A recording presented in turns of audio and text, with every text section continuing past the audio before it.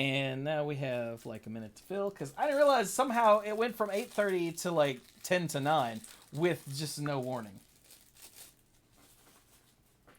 So let's fill this minute. Yeah, well, I mean, it's only 10 minutes away from each other.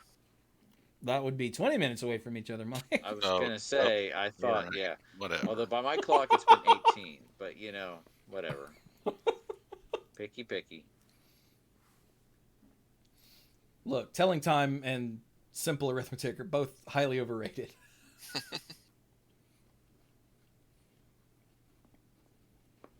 You know, it's not overrated. This delicious Star Crunch. Mm, This episode brought to you by Star Crunch. Okay, now there's Hashtag not sponsored. Hashtag Little Debbie, feel free to give me money. I am definitely getting a lot of thunder in the background over here. But you guys, it's not thundering where you are yet? no. It was earlier for me. Yeah, at the end of my dash, like as I was coming home, there was like a god awful like windstorm that just appeared. And my lights actually flickered at one point and I was like, are we not doing a show again this week? And then one by one everyone was like, yep, on the way, and I'm like, all right, lights. Keep it together, man. Everyone's here. Let's not make me be the odd one out.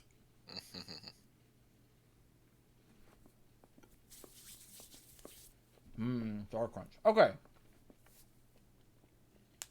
So here, it's a minute and change. Almost 2 minutes. Here we go.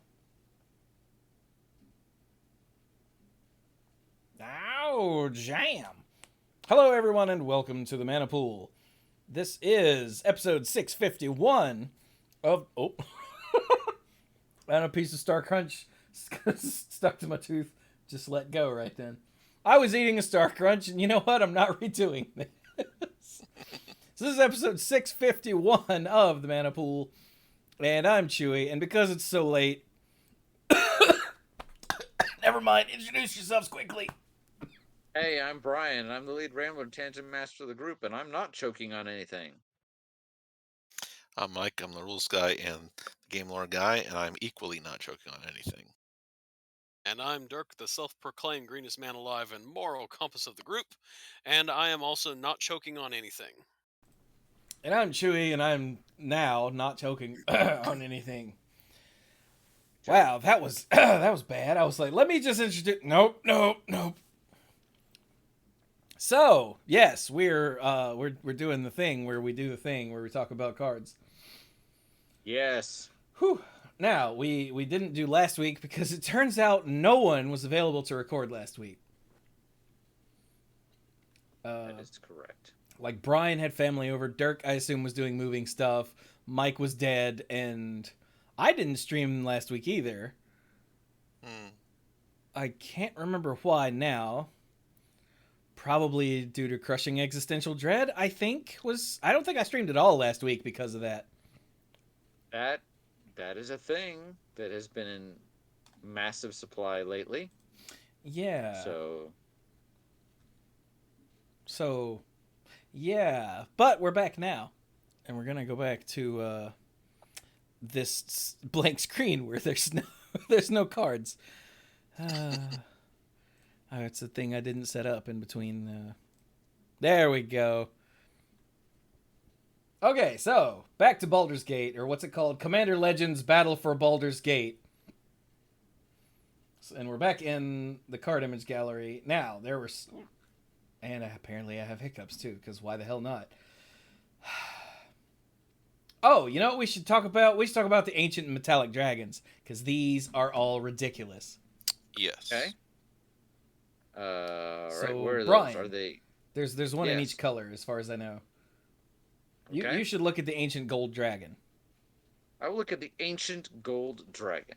So in D&D lore, because I've been playing for like a year and a half, and now I'm an expert on all things. The That's how that metallic works. dragons are the metallic dragons are the good dragons, and the chromatic dragons are the bad dragons. So white dragon bad, gold dragon good. So slight racism, but not too bad. This is the ancient gold dragon. Costs 5 and 2 white. Spoiler alert, haven't I kind of scanned a lot of these, have not read all of them. Have not read this one. For a elder dragon, it's mythic. It's a 7/10. Dang, that's a big. Right. So it has flying.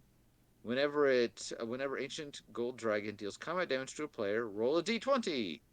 You create a number of There it what? was. You create a number of 1/1 blue fairy dragon creature tokens with flying equal to the result, which might be one, or it might be 20. more than one. Like, I don't. Law of averages is what, like between 9 and 11? Um, if you get like 5 or 6, this is nuts. And you're gonna get over 5 and 6 like a lot. Yeah, like the average is something like 10. Yeah, it's 10 and a Yeah. half. Yeah. So it really doesn't, like, if you manage to connect with this once, it's probably really good.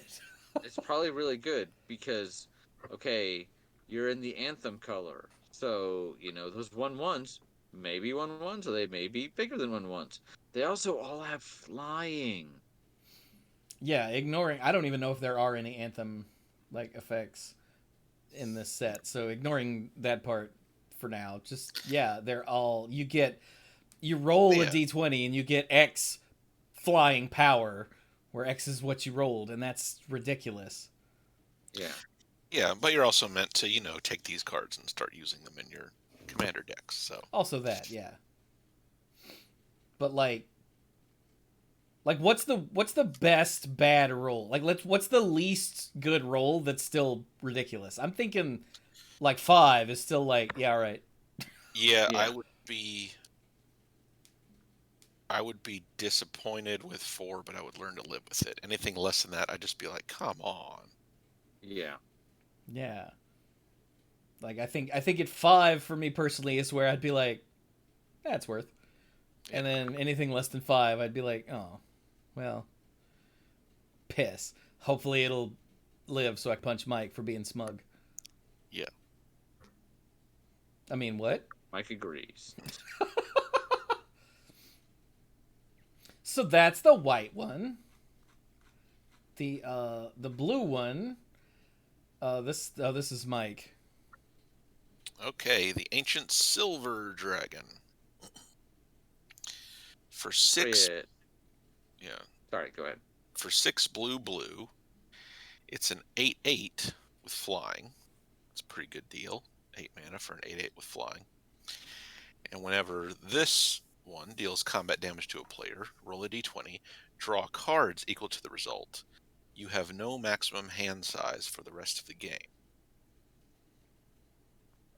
So Seems I'm pretty not okay. reading on. I don't read on here one really important word. You may. Oh yeah, that is true. Is that why this was a Mike card? It is now. The black one, I guess this one's for me. The ancient brass dragon is a 7/6 for 5 black. With flying, of course. And when it deals combat damage to a player, you roll a d20. And you put any number of target creature cards with total mana value X or less from graveyards onto the battlefield under your control, where X is the result. So I think this one was up last time and we just didn't get to it. Uh-huh. This one's exciting. yeah, this is kind of ridiculous. I mean, I've always been a fan of, resurrection effects. This is. I like that in the art for the brass dragon, apparently this dragon either rolled a really low number or it's too early in the game because all he got was like 2 stupid antelope. And he's looking at them like...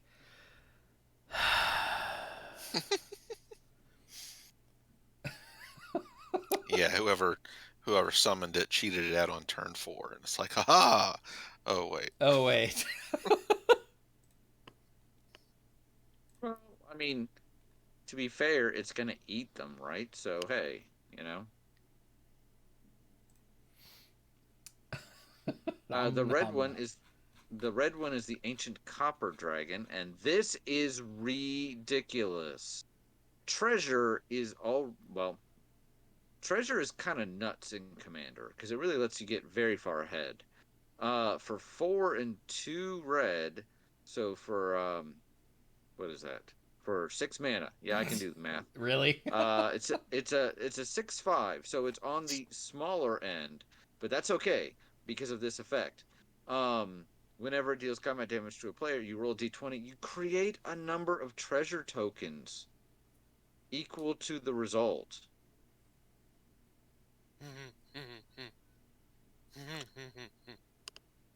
So what? Again, I mean, like I'm probably okay with 5. Think about if you have like 5 extra mana just after combat. Just Yeah. This is the one that who was it? I think Stark in the Discord was like, "What?" and it's Because also damn.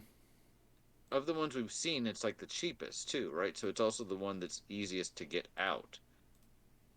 Yeah, 6-mana dragon is very achievable. Yeah, in red, that's like that's one of the main. That's like the dragon color. Yeah. Part of me is And strangely happy that I haven't played much with or any with new cards since Treasure was introduced, because I feel like I'd be sick of it now. it's such a neat idea, but they have almost kind of flooded us with it. That It's it's true. there's so many effects that do it that it's just kind of like woo, woo. I say And woo. it's weird. Like food has come back, I think, once since it was introduced, Hmm. or not nearly to the same thing. Clues.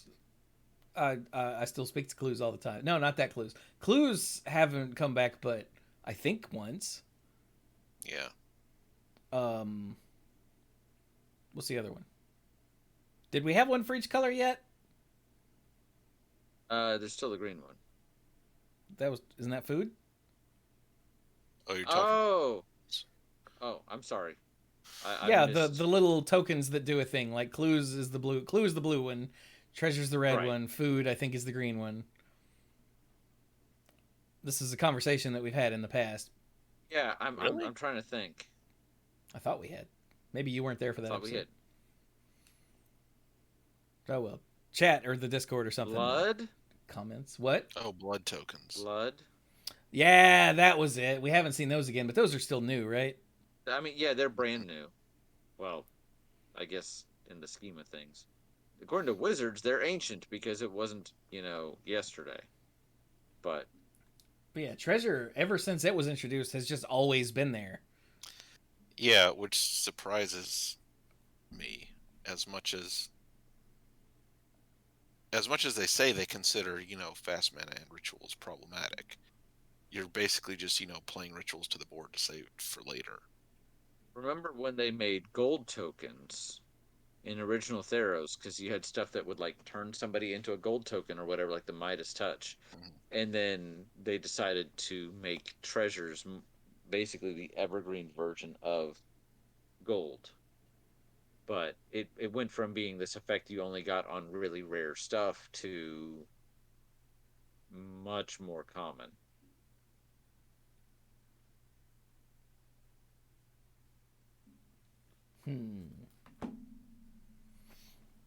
But anyway, so that's the red one. So, Hey, Dirk, there's a Dirk, green what's the one. green one? And Bronze Dragon. For 5 and 2 green, it's a 7/7 with flying, and it's an Elder Dragon that's mythic. Whenever Ancient Bronze Dragon deals combat damage to a player, roll a d20. When you do, put X +1/+1 counters on each of up to 2. Do what? Keep going. Each of up to 2 target creatures where X is the result.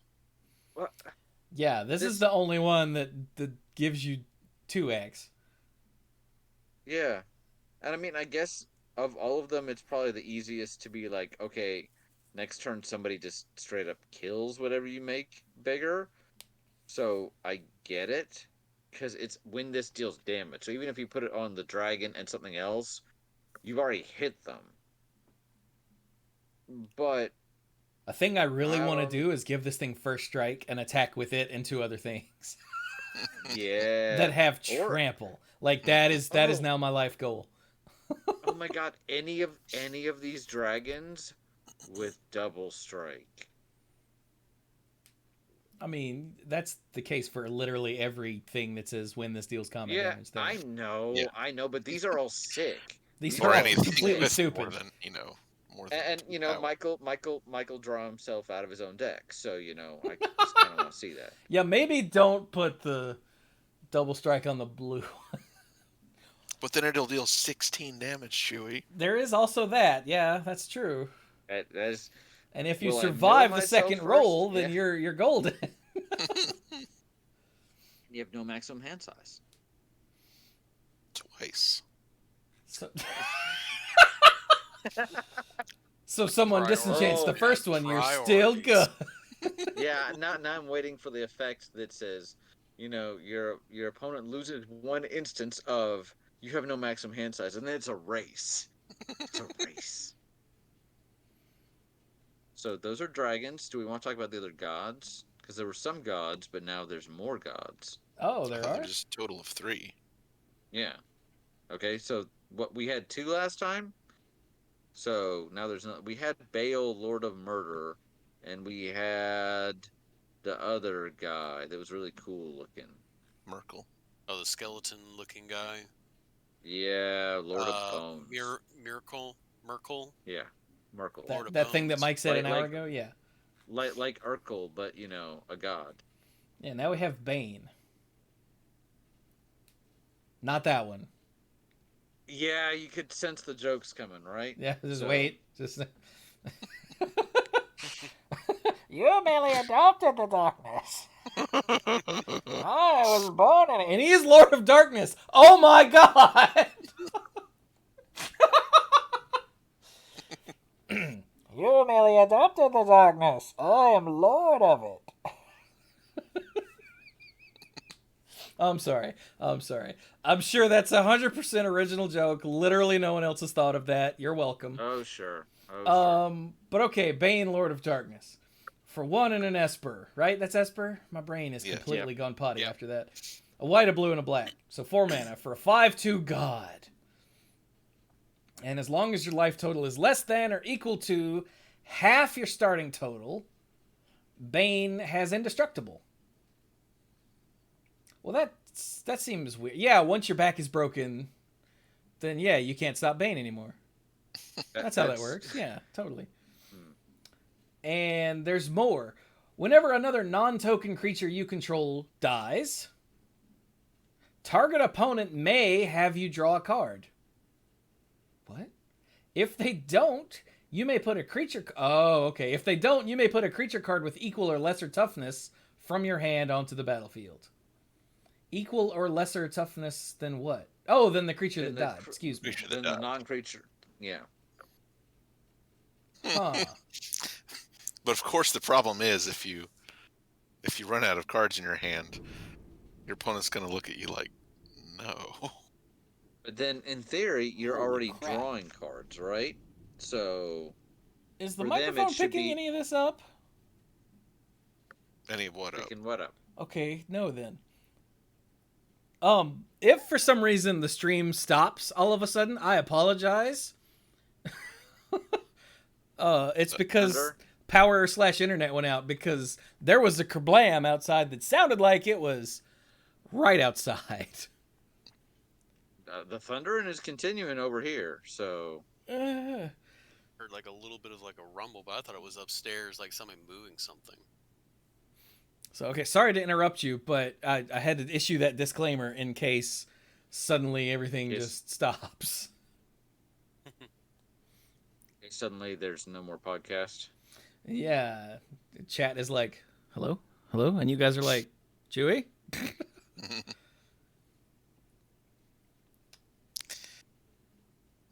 But yeah, what I was getting at is that the one thing I don't care for with the way this works is that it doesn't really, the choices don't, you have to keep a full hand for this to work, because if you have, just one or two cards in your hand or no cards in your hand, your opponent's just going to be like, Nah. sure, throw down a creature, especially if the one that died wasn't particularly large, because otherwise why give you a card if they think you're not going to be able to do anything, if you're not going to be able to have a replacement in your hand. That's why you play it with the Ancient Silver Dragon. I mean, that's fair. I'm just, there's ways around that if you're playing. But yeah, I could definitely see that situation coming up, to be sure. That's why it's balanced. So, Yeah. have there been any more planeswalkers since last time? I don't think so. I think they showed all those early. Minsk and Boo and Elminster and Hot Witch. Yep, that's it. Yeah.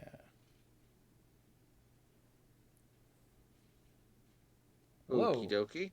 Is first card in Artifacts. Is Arcane Encyclopedia a new card? I think so. It feels like a reprint of something. Well, I mean, it's literally JMD Tome, but everything costs one less. Yeah, -1. I thought they pulled that out in a core set a while ago.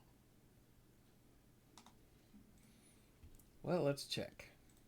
And I saw it and I was like, oh, they finally did it. Oh, yeah, Arcane Encyclopedia. Oh, it's from Jumpstart and M19. Okay. So that's why it looks familiar, is because we've seen this sort of thing before. All right, just making sure, because it was killing me. I was like, oh look, they made JMD Tome, but everything's cheaper, and my brain went, wait. Also, did you see the new art on Basilisk collar? I was just looking at that. That's great. Isn't that glorious? That is glorious. Yeah.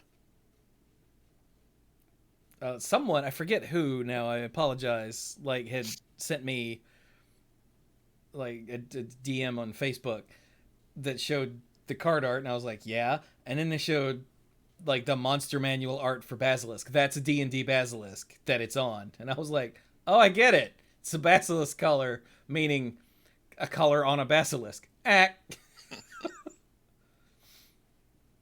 So I forget, did we talk about the Blade of Selves last time?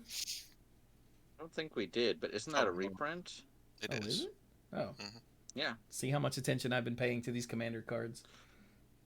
No, I've been just kind of scanning through the artifacts, and here's a classic from the monster manual, the Rug of Smothering. This thing is a great thing to just kind of put down, and somebody just wanders in, and you're like, all right, you step on the rug, roll for initiative, and they're like, what? Why?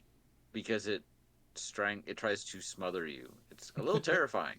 So the Rug of Smothering for 3 mana, colorless artifact creature construct, is a 1/3 with flying, uncommon, and whenever a player casts a spell, they lose 1 life for each spell that they've cast this turn. Woo! And really shuts down Storm, right? And the flavor text is, no, not an accessory to murder. I'm looking for an accessory for murder. By an investigator. That is terrifying. Because if you cast 2 Yeah. spells, you lose 3 life.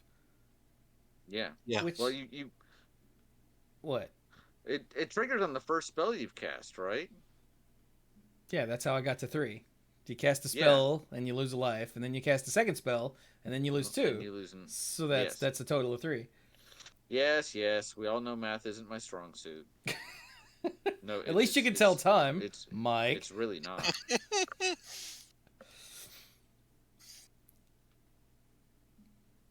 Huh. Also, the Treasure Keeper is adorable. Yeah. Does it look like something out of like an early 3D Zelda game? A little bit, yeah. It looks like something that would attack you in like Majora's Mask. See, for me, it almost has like an Eldrazi look to it. But A little bit. it's They're all a about those. it's a snazzy polyhedrons. Eldrazi that's all duded up. Yeah, I said duded up. Fight me. What's it do? Like the card? Oh, I don't know. It's a 4 mana 3. I just assumed it was a reprint. It's a 4 It mana. is. Oh, it is. There you go. Okay, It's a 4 mana 3/3. When it dies, just because I don't remember this card at all. When it dies, you reveal cards from the top of your library until you hit a non-land card with mana value 3 or less, and then you can cast that without paying its mana cost. Everything else goes on the bottom in a random order. Okay. Trailblazers Torch, I thought was a reprint because I'm like, how can Trailblazers Torch not be? And Oh, actually, it has to be a new card because it's one of the the initiative cards. Yeah. For 4 mana, it's an equipment artifact. It's common. When it enters the battlefield, you take the initiative. Whenever equipped creature becomes blocked, it deals 2 damage to each creature blocking it. So it's that like super first strike kind of thing. And it's equipped for just 1 mana. So the cost is all up front with the cost to actually play the card. I really like it. I think that's neat. For a common, that's pretty good equipment. Yeah. And it gets the yeah. initiative game going. Plus, I like the flavor on it too. Like whenever you meet someone in combat, when you're holding a torch, what do? You swipe the torch at them.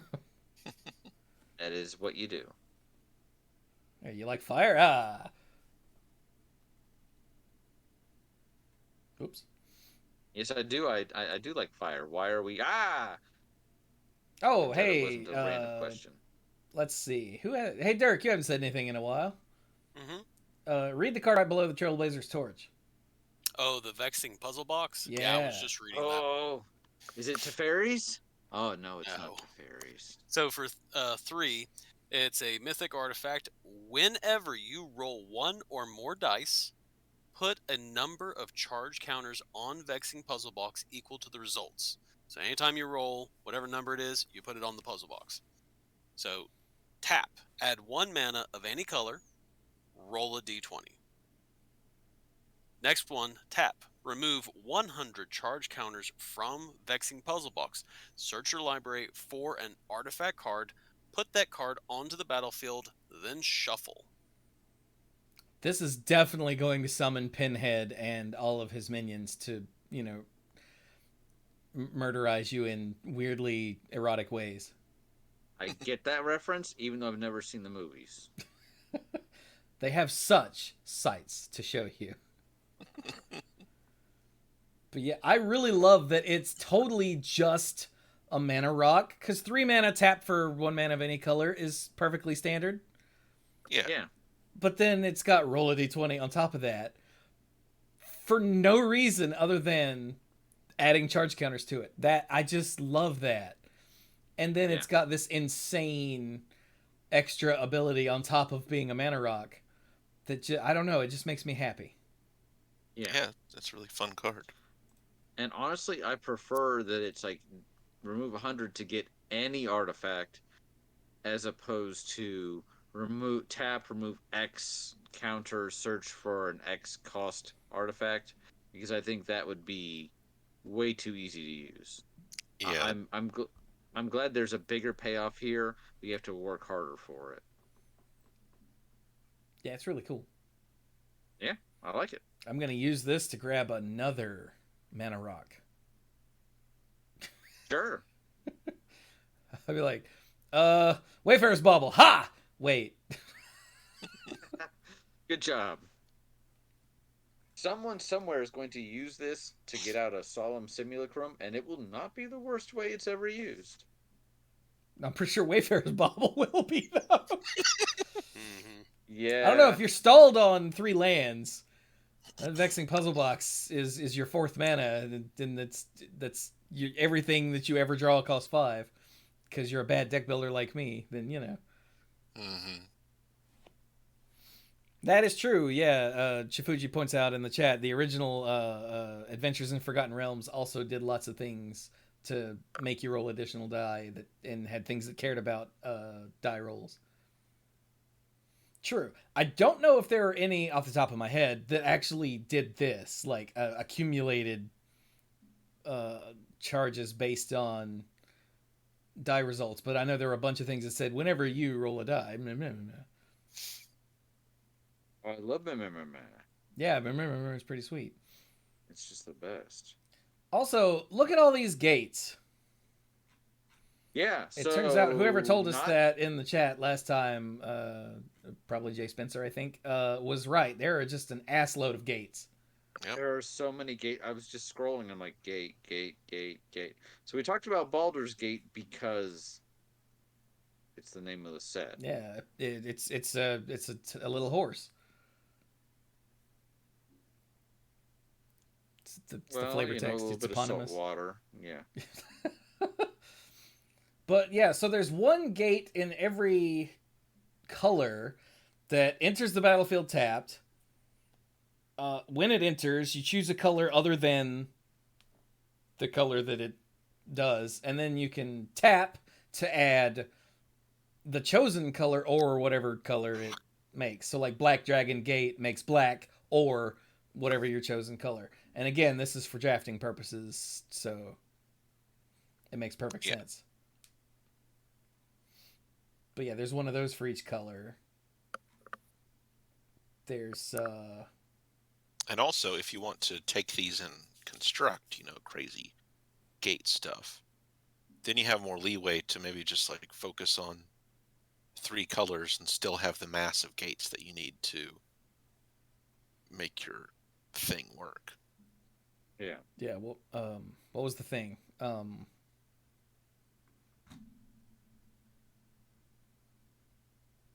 Which thing? I'm not sure. The gate. Talking about Maze's End or something else? Yeah, Maze's End. There we go. Mm-hmm. Because Maze's End with the gates we originally had just makes you run essentially a 5-color deck. Yeah, unless you just want a bunch of lands that basically make colorless. Yeah. Oh yeah, I guess that's true. But these allow you to focus more and still have the mana to turn on your Maze's End. Mm-hmm. Which I think is just neat. I just think that's neat. I'm easily impressed, though. I dig it. There's also the Gand Gate. Gand Gate? That's hard to say for some reason. That says, gates you control enter the battlefield untapped, which is huge. Yeah. And it taps for colorless, and it taps to add 1 mana of any color that a gate you control could produce. Woo-hoo-hoo! So that's neat. And then, hey Mike, did you see the heap gate? You should probably talk about that one. Yeah, oh boy. It's common. It taps for colorless. You can pay 1 and tap it to add 1 mana of any color, so a little filter thing. Or you can pay 1, tap it, and tap an untapped gate you control to create a treasure token. So it's essentially a storage land. Yeah. But you don't have to use it to get stuff out of storage. Yeah. I mean, the thing is that, 3 lands end up getting tapped to do this, which instead of, the usual 2 or 1 for very old storage lands. But I think that's fair for just building treasure tokens, especially with all the other things you can do with them. Yeah. Yeah. I think that's all. Yeah, that's all the gates. That's all the gates? So there's 5, and then Heap is 6, Gand is 7, and Baldur's Gate is 8? Oh, and the Basilisk. We missed that one. Wait, what was that, Mike? I was saying the Basilisk Gate is 9. Yeah. Hey, Dirk, what's that do? Basilisk Gate. Just a common gate. It's tap, add colorless mana, 2 and tap Target creature gets +X/+X until end of turn, where X is the number of gates you control. Activate only as a sorcery. That's somewhat silly.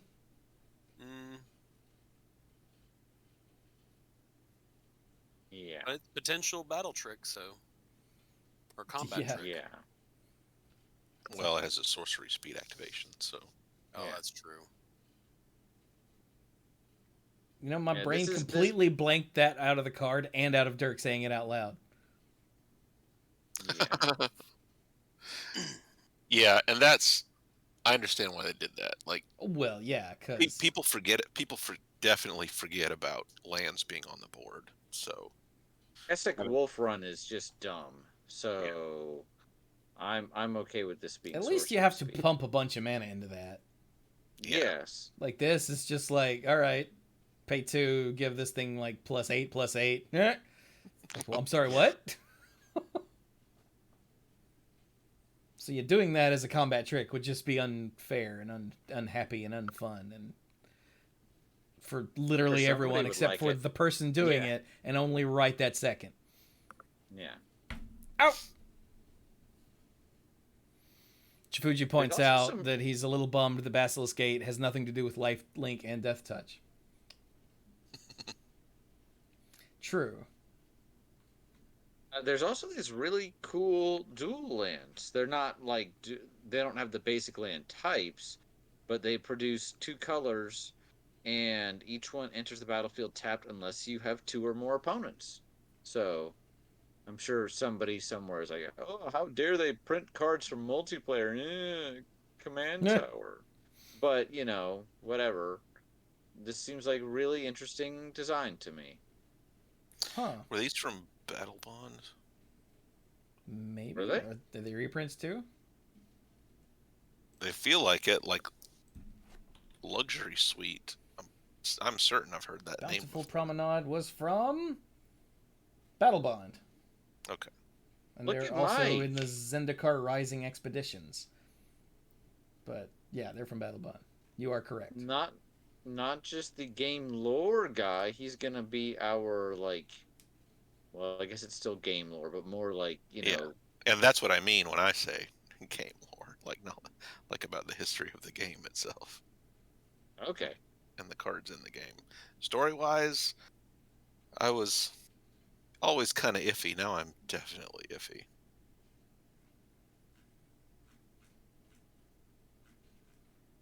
I always thought you were iffy, Mike. Don't feel bad. Oh, thank you. Mike is just our general all-around smarty pants guy. Yeah. So those are pretty neat, and of course, I can always use more reflecting pools because they're just awesome. Yeah.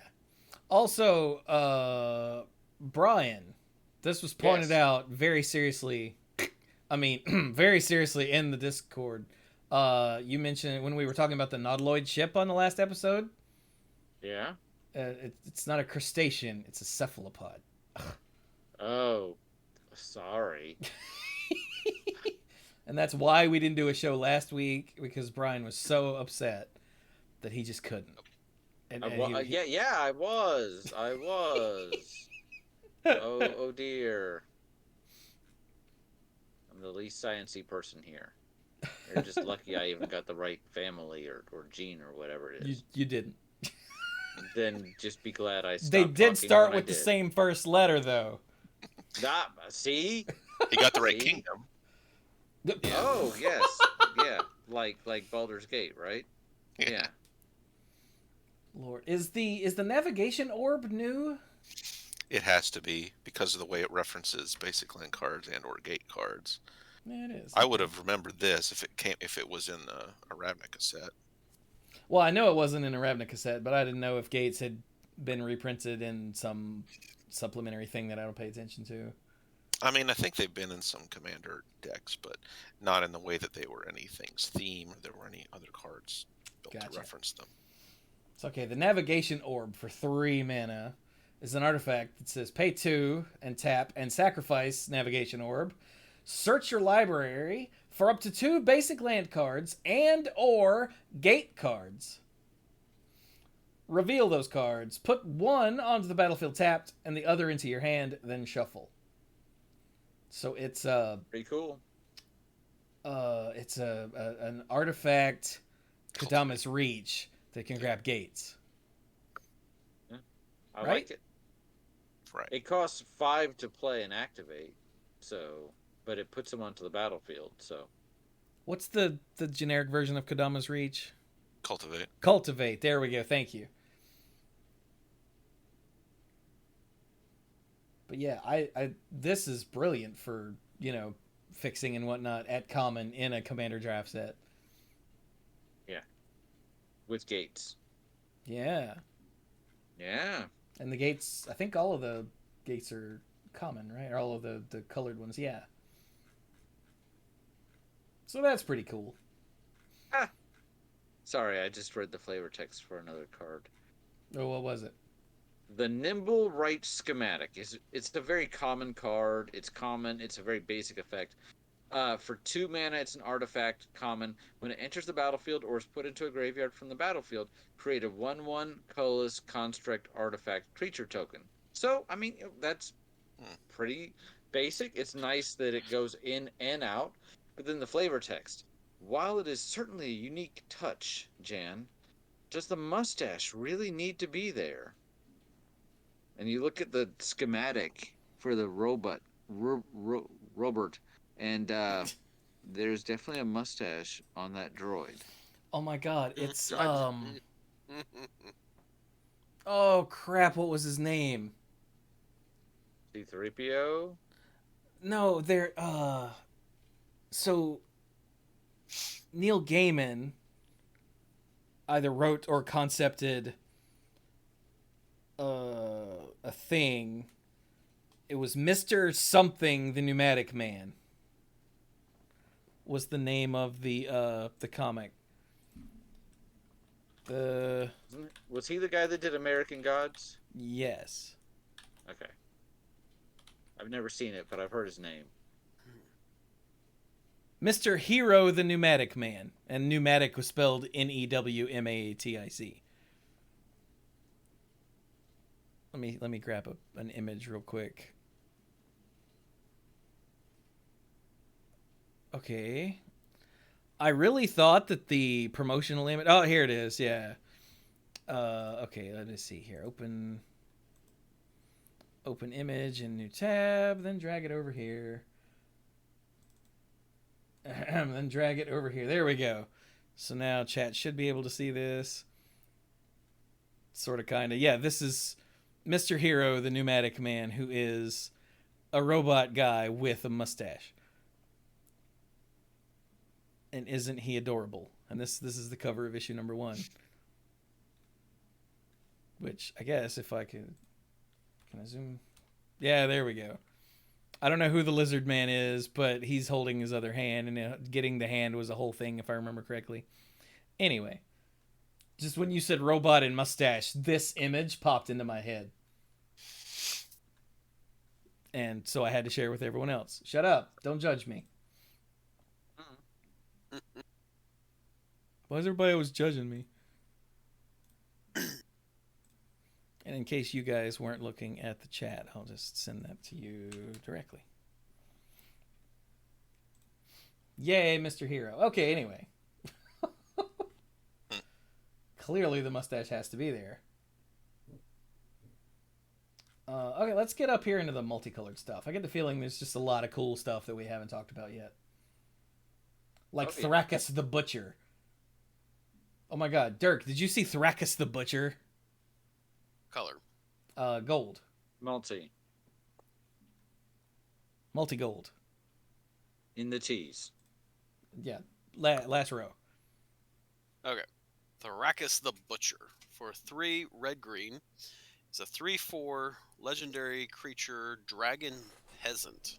It's uncommon. He has trample. Whenever Thrakus the Butcher attacks, double the power of each dragon you control until end of turn. It just seemed like the sort of thing you'd appreciate. Yeah.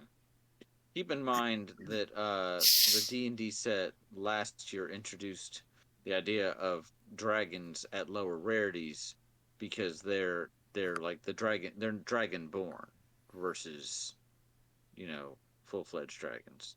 And remember, So, that's humanoid dragons. That's D&D Dragonborn, not Skyrim Dragonborn. Yeah, is there's no like unfortunate. shouting or whatever. Fus Roda. So if you want to see a really fun one, in gold, go to Mirum Sentient Worm. Miirym. Read that one. Yeah, somebody read Hey. that one. Mirum, sentient worm. For 3, a green, a blue, and a red. It's What is Sentinel that? Worm.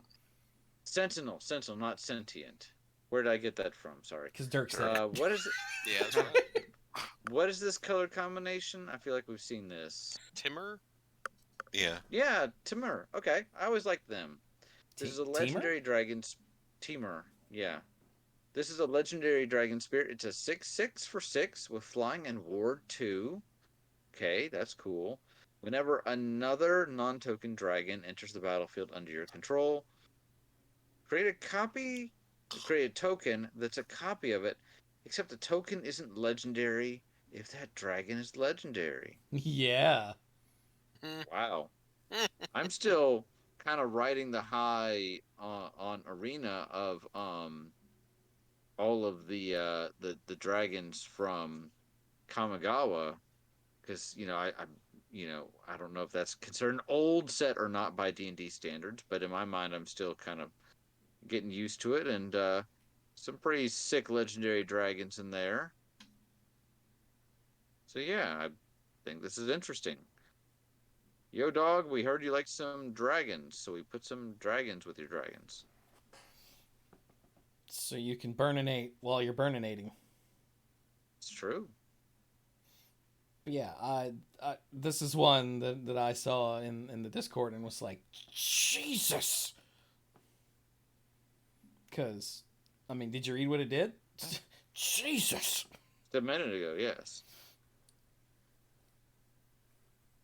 Also, I really like that Mahadi here is totally Khajiit has wares if you have the coin. I've literally never seen or read this card. I just looked over and saw Mahadi Emporium Master, and it's a Leonin type character, which, in the Elder Scrolls would be a Khajiit, standing what looks like in a market, and I think he might even be holding a coin in that hand. Isn't this a Rakshasa? Because it's a cat It's devil. a cat devil, maybe? Yeah, probably. But for one, let me read the card, I guess. For 1, a black and a red, it's a 3/3 legendary cat devil that's uncommon. And at the beginning of your end step, create a treasure token for each creature that died this turn. Note that does not say each creature you control that died this turn. Welcome to the Wandering Emporium. Feel free to browse the bazaar. We have everything a lost soul could want, need, or afford. Khajiit has wares, if you have coin. This is a lost opportunity for the flavor text to say, sorry all your creatures died. Here's some treasure. Oh yeah, and he doesn't even need to be there to see the things die. No, it's probably best if he's not. Yeah, He so just you can kinda wipe walks the in and board he's and like- then play him and then go treasure. He just kind of walks in, he's like, that's a shame. All right, here's a bunch of treasure. Be a real shame if somebody wrathed this board and I just showed up.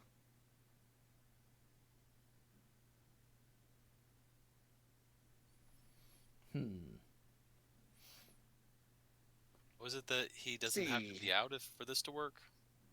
Well, Well, he has doesn't to be have out to. when He the doesn't things have to die. be on the battlefield when the other creatures die. He just has to be on the battlefield at the end step. Yeah. right. Sorry, Gotcha. I didn't clarify. Yeah, that.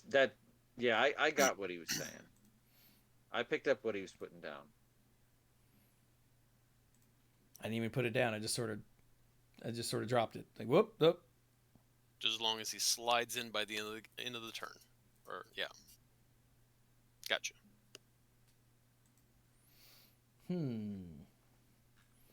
Hey, chat. Anything you guys want us to make sure we don't miss?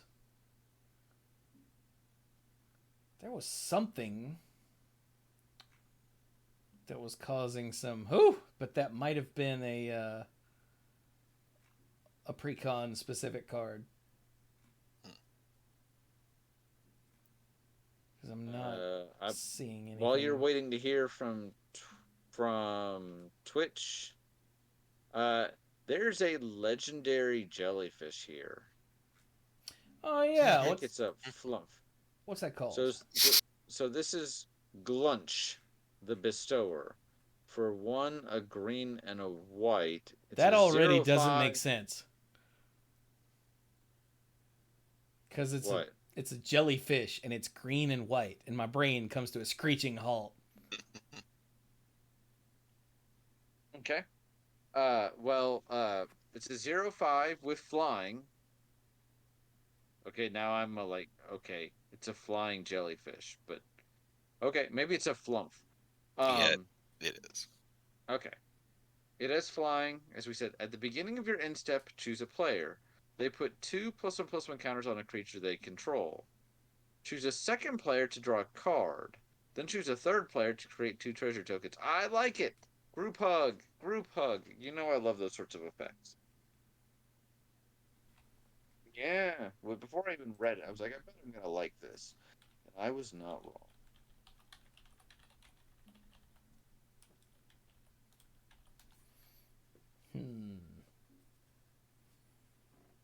I'm just kind of scrolling up through the monocolor just because I don't want to miss, a lot of times we get very focused on the multicolor because it's awesome, but I'm trying to look through here. We talked about Fireball last time. Has Twitch made any suggestions yet? Other than go look at the precon exclusive cards, which they apparently don't have a card image gallery anywhere, so we would have to go elsewhere to find them, and meh. I think the pre-constructed ones? Isn't that what this is? Hold on 1 second. Yeah, but you can't mouse over the cards to see them, as we talked about then. Oh, you're looking at I'm just looking at the card image gallery for the commander decks. I'm not looking at the list of what's in the decks. Okay, could you share that? Yep. This?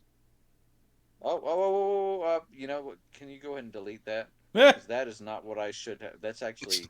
I mean, no, I can't, but you can. You can, yeah. Okay. There you go. That is not what should have shown up. It's weird how the stuff you copy and paste is what you paste what you copied. Yeah. Sorry about that. Reading all the disclaimers at the ends of emails finally paid off. I know what to do. Luckily, no one could see that but us, so we're good. Good. All right, let's try this again. Thought that looked really weird. Let's try that. Okay. Now, is this what you're talking about? I think it is. Commander... Where did you find this? On the main site. And as usual, the first 5 or 6 cards are what are new, and then it's all the reprints. Well, that's weird because at the top of this, it has a link back to the regular set card image but gallery, the regular set does not have a link to it. Yeah, it doesn't go the other way. Yeah, because why would it? That would be helpful. All right, fine. We'll look at these. I'm gonna go find the one that I was talking about. Hey, look, there was Cultivate. Yay. Was it a blue card, I think?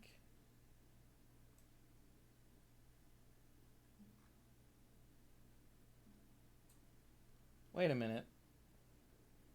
What? How are these? Oh, they're by rarity. I was like, Is that how they are? Well, the new cards apparently are. Ah, But yeah, it was Astral Dragon in blue okay. on the new link that Brian just sent. In case Dirk Well, has that's dozed off. pretty. So yeah, the Astral Dragon for 6 blue is a 4/4 flying dragon. And it has Project Image, which is when Astral Dragon enters the battlefield, create 2 tokens that are copies of target non-creature permanent, except they're 3/3 dragon creatures in addition to their other types, and they have flying. So it takes it takes a thing you have on the battlefield that isn't a creature, gives you 2 copies that are that thing, but also 3/3 flying dragons.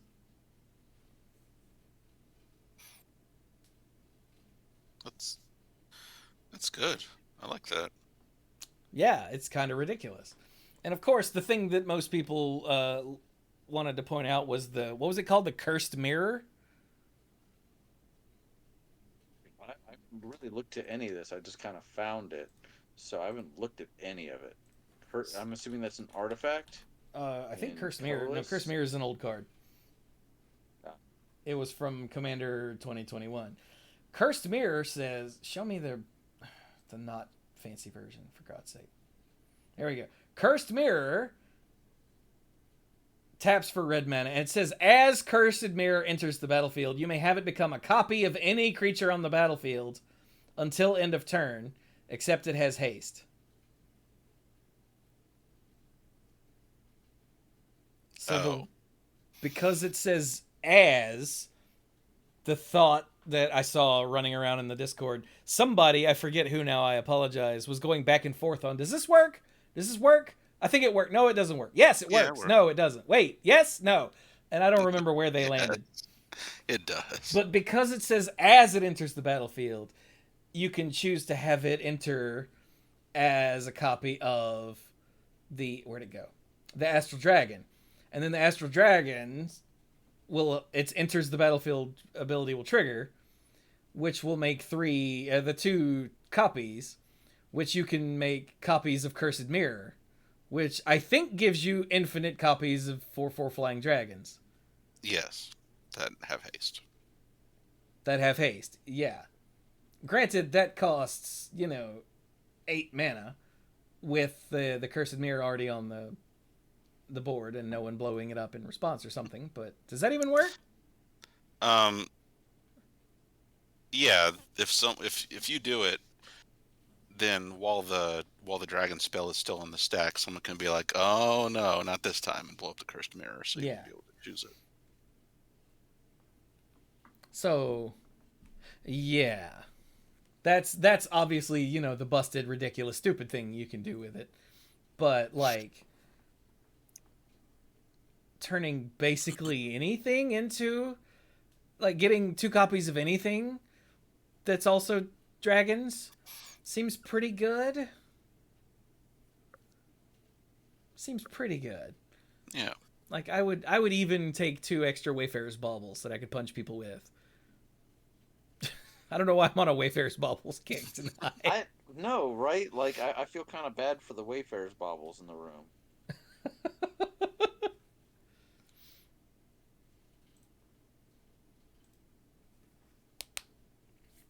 Ouch. But yeah.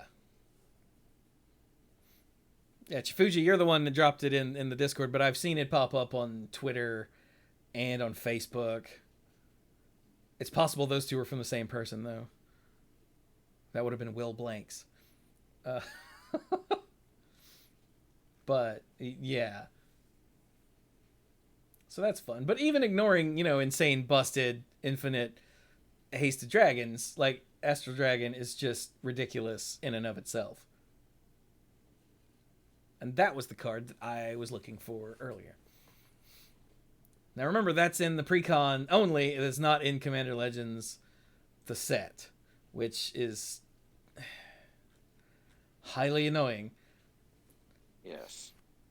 Like, I'm annoyed when regular sets have Commander things that are attached to them, but I'm also annoyed when the commander set has commander decks attached to them. I mean, I would say they should have learned their lesson, but I think the lesson they've learned is that people will buy these. Yeah, the lesson they've learned is that So- commander players are stupid and will throw all their money at everything. Like, because commander players have that mindset of, I gotta have everything in case I ever want it or need it. And so that's why that's why the Walking Dead things went so insane and became possibly the highest selling secret lair ever. I don't remember if someone said that or if I'm just making it up out of spite. So apologies if that's incorrect. Yeah, I don't know. But yeah. And that's why that's why we've got the Warhammer commander decks that we haven't even talked about or possibly looked at. Yeah. They know that if they print things that are special only to there, then commander players will buy them all. Because commander players have no sense and have lots and lots of money. And if you're one of those people who's immediately getting defensive in your head when I say that, yes, I'm talking about you.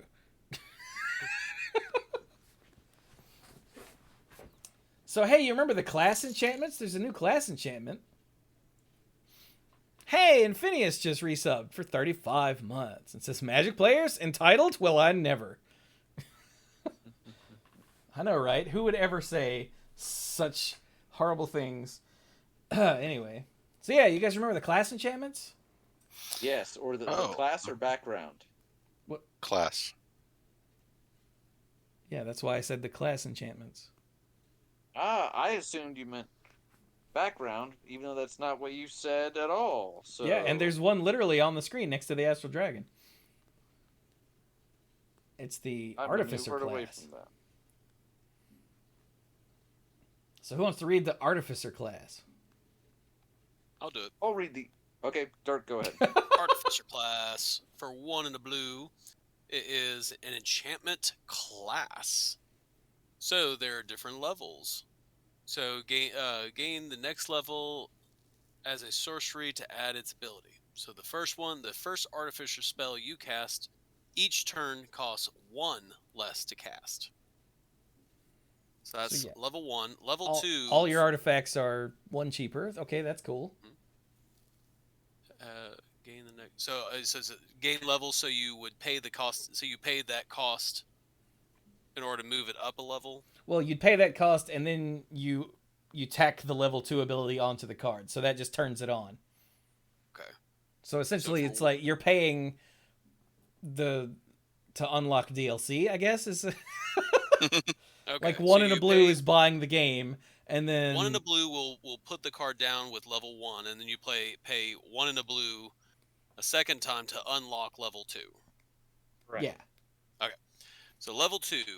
When this class becomes level 2, reveal cards from the top of your library until you reveal an artifact card. Put that card into your hand and the rest on the bottom of your library in a random order. That's cute. I know. So you only get to do it once? Yeah. Okay. So level 3 is 5 in a blue. At the beginning of your instep, create a token that's a copy of target artifact you control. Buh. Mm-hmm. That's something. Solemn. Yep. If it was in this set. Not the worst choice you could make. Yeah, that's the Wayfarer's bubble. Yeah. If you want to go OP, there's always the Darksteel Colossus. All right, I'm going to kick Dirk from the group. Hang on. Yeah, I'm just saying. But yeah, that's cool that they've remembered that the class enchantments were a thing and just thrown another one in here. Yeah. Is that the only one? I think that's the only one. Or at least that's the only one anyone's pointed out. That's the only one I see. Oh my god, there's a card called Brain Stealer Dragon. And it's a dragon horror. And it's a dragon that has a Cthulhu face. Is it black? Yeah. Yeah. What? Okay. I can't stop looking at the dragon's face, all right? I have not read the card. Let me read the card. Brain Stealer Dragon. 5 black for a 6/6 dragon horror with flying. At the beginning of your end step, exile the top card of each opponent's library. You may play those cards for as long as they remain exiled. If you cast a spell this way, you may spend mana as though it were mana of any color to cast it. Turns out Brian should have read this card. And whenever a non-land permanent an opponent owns enters the battlefield under your control, they lose life equal to its mana value. Okay, never mind. Nope, it's back firmly in my happy place. So, yeah, so you're ripping out everyone else's library one at a time. And then when you play one of their permanents, they lose the life. That's pretty crazy art, too. Yeah, like I said, I can't stop looking at his face. Because he's a dragon with a Cthulhu face. And I can't tell if it's awesome or the worst thing ever. But I like it, though. That's really cool. Check out Uchulan right below. Okay. This feels like a Brian card, just because I saw some words jump out at me. All right, so I don't know if that's right, though. Uchulan. For 3 and a black, it's a star 4. Crab Ooze Horror. Its power is equal to the number of crabs, oozes, and or horrors you control. It has an ability Horrific Symbiosis. At the beginning of your end step, exile up to 1 target creature card from an opponent's graveyard. If you do, create a token that's a copy of Uchulan. Wow. So, if you have 1 creature out and it's Uchulan, it's a 1/4, right? Yeah. Okay. It says equal to the number of crabs, oozes, and it says and or, and my brain goes, wait, what does that mean? But I was pretty sure it just counted each card and goes, is this a crab, ooze, and or horror? And yes, okay, it's 1. Yeah. Yes. So, yeah, it's one of those cards that multiplies, what's the word? Exponentially. Because you get a 1/4, then you get 2 2/4s, then you get 3 3/4s, and that's not even counting any other oozes, crabs, or horrors. Well, no, I mean, more than that, because each copy of the Uchulan will also have that triggered ability. Yeah. Right. It's a so little it'll be bit, 1/4, and then 2 2/4s, and then 4 4/4s. It's a little bit like once you get out the 6 land or whatever it takes for Scoop Mob. Although this at least Spreads it out. Always has a set. Well, it also has a set toughness. Right. So that's not as crazy. And it'll eventually run out of things to eat. So it's literally exponential, not the weird facsimile of exponential that I was misusing a minute ago. Good job. Buh. I don't know. It's Commander. Will it run out of things to eat before everyone dies? Probably. He's fun, though. And the fact that it's literally a crab ooze horror, I don't know how I feel about that.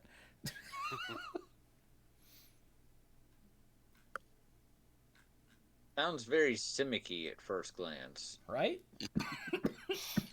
Needs more crab. Choking again. Ooh, hey, Mike. Yes. In red, there's a card I can't pronounce. It is the first card on the third row. The Nalfeshni. I just really wanted Mike to do that. All right, next card. Now that he's Actually, no, pronounced this card is kind of ridiculous. You should read that too. Yeah, so this needs some help to do its thing, but boy, does it ever do its thing. So, for 5 and a red, it's a 4/3. It's a 4/6 beast demon with flying. Whenever you cast a spell from exile, copy it. You may choose new targets for the copy. If it's a permanent spell, the copy gains haste, and at the beginning of the end step, sacrifice this permanent. Now, what are things you can cast from exile? Well, there's adventures. Adventures is exactly what came to mind for me. And I think this is in like one of the precons. I think is adventure themed, if I remember, or has a adventure theme in it. Yeah, cards with foretell that you've foretold. Yeah. Suspended. Yeah. Spells. I was gonna ask if suspend was changed to work that way. So It's always used exile. then, all right then. Oh, Infinia said Cascade. That's right. Cascade cast from exile. Yeah. And yeah, the deck that this is in is called Exit from Exile. So, yeah.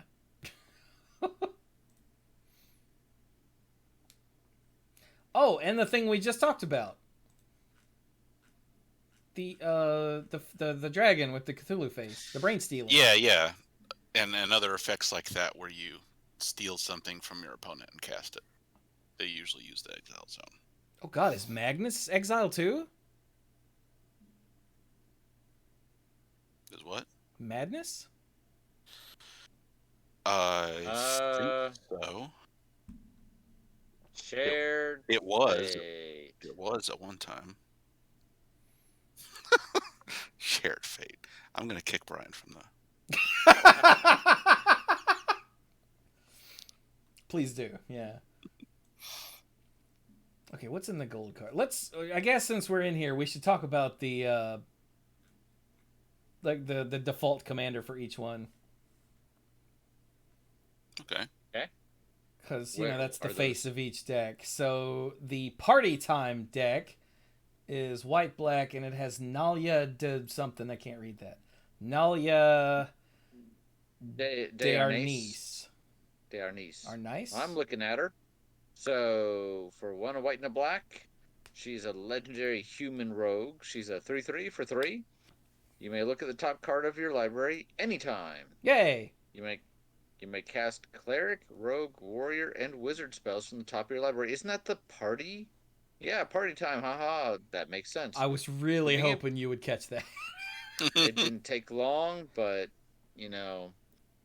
at the beginning of combat on your turn, if you have a full party, put a +1/+1 counter on each creature you control, and those creatures gain death touch until end of turn. Wow. Cool. Yeah. Yeah, it seems pretty good. If you're playing the party... Oh, okay, these first 4 cards are the first 4. Are the 4 commanders. Mm-hmm. Oh, okay. But yeah, that seems pretty Okay. good. All right. What's another deck? Which one's the escape from exile? deck? Exit from Exile is Faldorn. So I Faldorn. just read a card. Dread Wolf Herald. Faldorn. For 1, a red and a green is a 3/3 human druid that says whenever you cast a spell from exile or a land enters the battlefield under your control from exile, you create a 2/2 wolf. Cool. And then for 1, tap and discard a card. You exile the top card of your library. You may play it this turn. Which is just neat. Yeah. So yeah, she's something with the wolfy pets. Oh, All right. So Are you serious? Hey, I'm gonna kick Wizards of the Coast from this call. Davy Jones here is in the deck called Mind Flayers. And I really wish I was making that up. Yep. Everett Ithalids? I mean... Alright. Yeah, so somebody read Davy Jones. I can't pronounce his name. So it's Captain Nagathrod. Nagathrod. Yeah, we'll go with that. So 3 blue-black. He is a 3/4 legendary creature horror pirate. That's mythic. He's a Horrors 3/6 though. Control. Do what? He's a 3/6 though. Oh, sorry, 3/6. So horrors you control have menace. Okay, that's awful. Whenever a horror you control deals combat damage to a player, that player mills that many cards. Okay, that's awful. And at the beginning of your end step, choose target artifact or creature card in an opponent's graveyard that was put there from their library this turn. Put it onto the battlefield under your control. Okay, that's awful. What the heck? Wow. Do you fear death? Or possibly my favorite line from Davy Jones in those movies.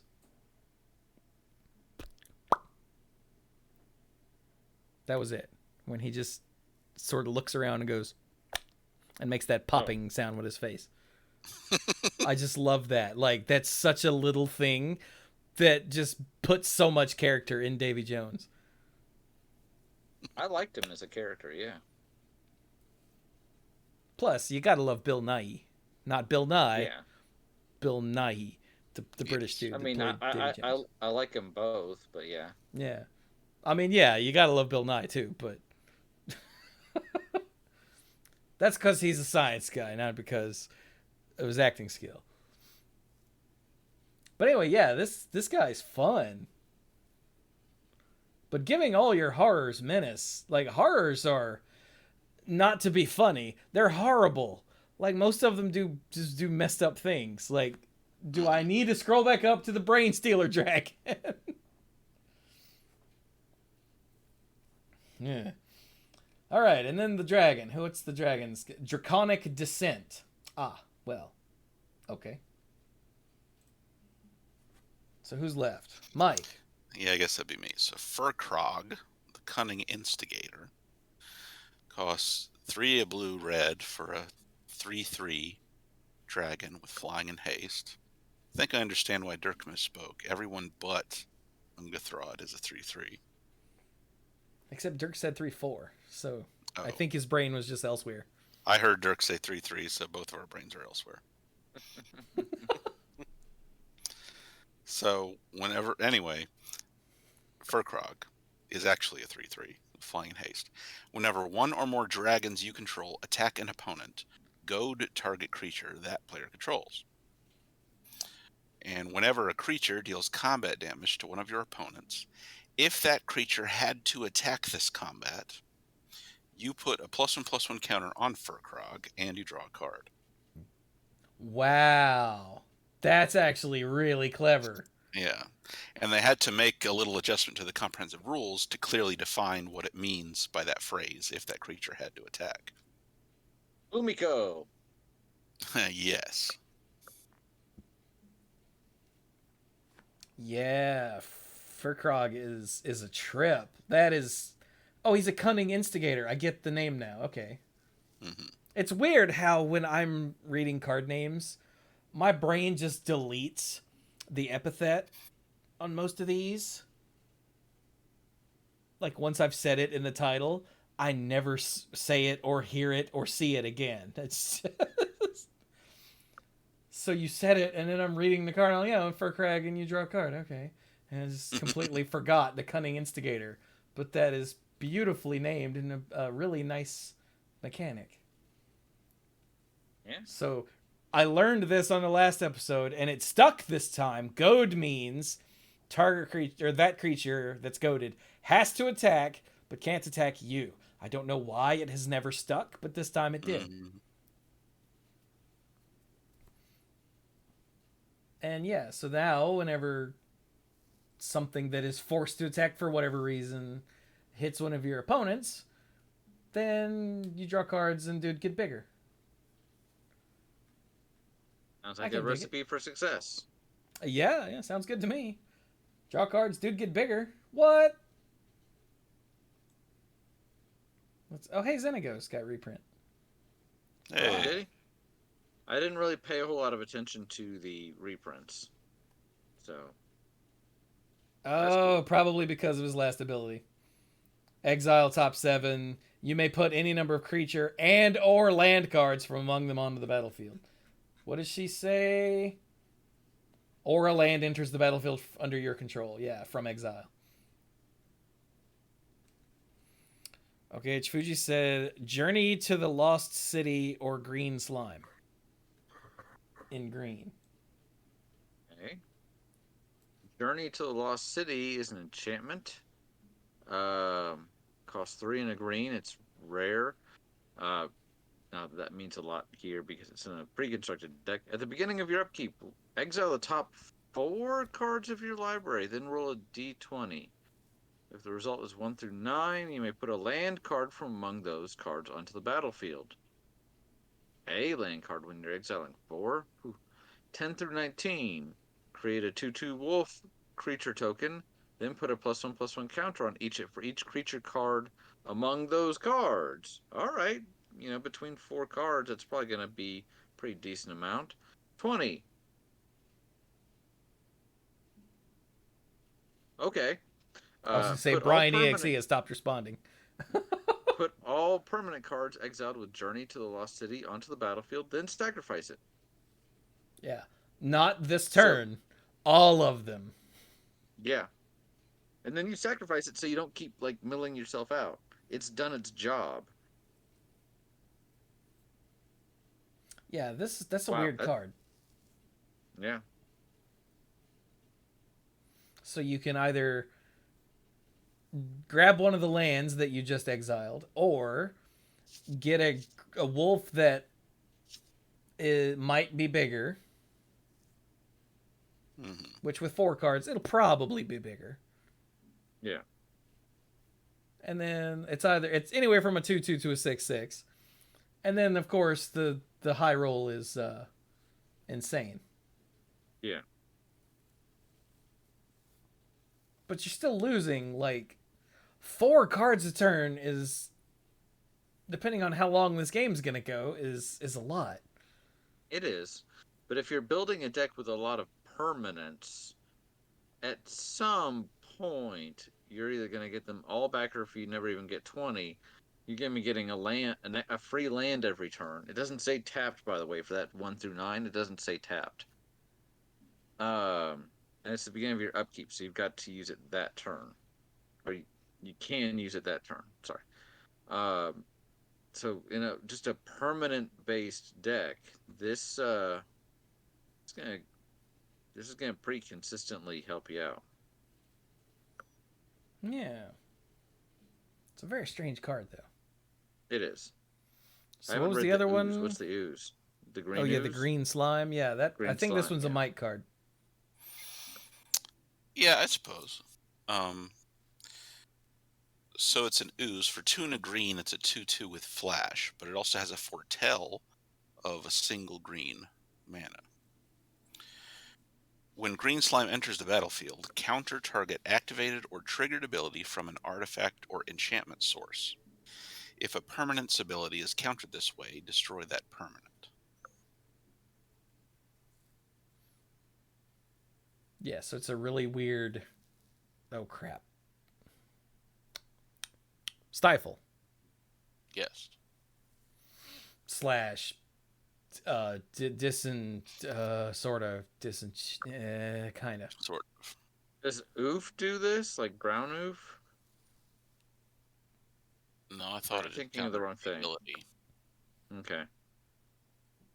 It doesn't also destroy it. Oof. So then, no. I could have looked at the card to see if I could answer my own question. I decided not to.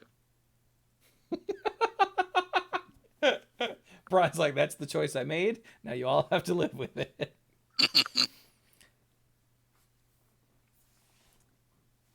But yeah, I do kind of like that it has foretell, so you could just, throw it over there somewhere.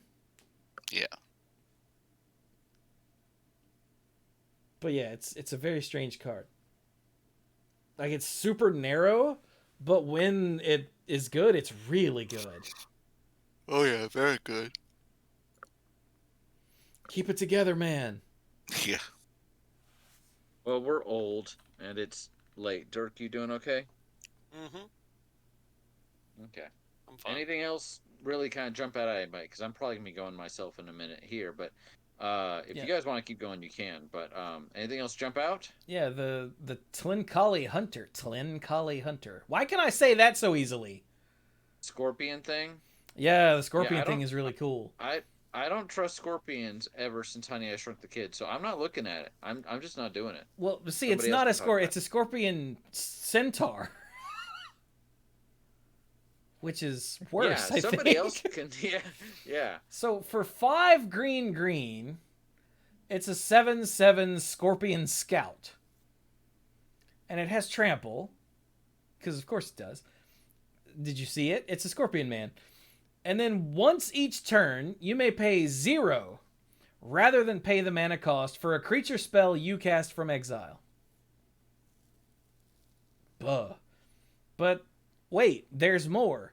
Now how much would you pay? Well, what you'd pay is 1 and a green for Retrieve Prey, which is the adventure sorcery. Or the sorcery adventure, I guess, that is also part of it. And Retrieve Prey says, exile target creature card from your graveyard. Until the end of your next turn, you may cast that card. So it's a really cool way to get... to recycle creatures from your graveyard. Yeah. You can just use Retrieve Prey and then cast them again, which... Like, green is good at getting things back from its graveyard, usually that aren't necessarily creatures, but this one is super cool.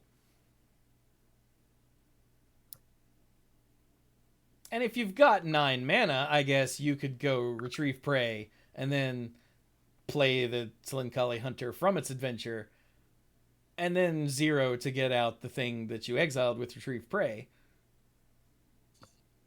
Which is, that's pretty cool. Yep. For a late game play, get a 7/7 with trample and a whatever the hell that other thing was.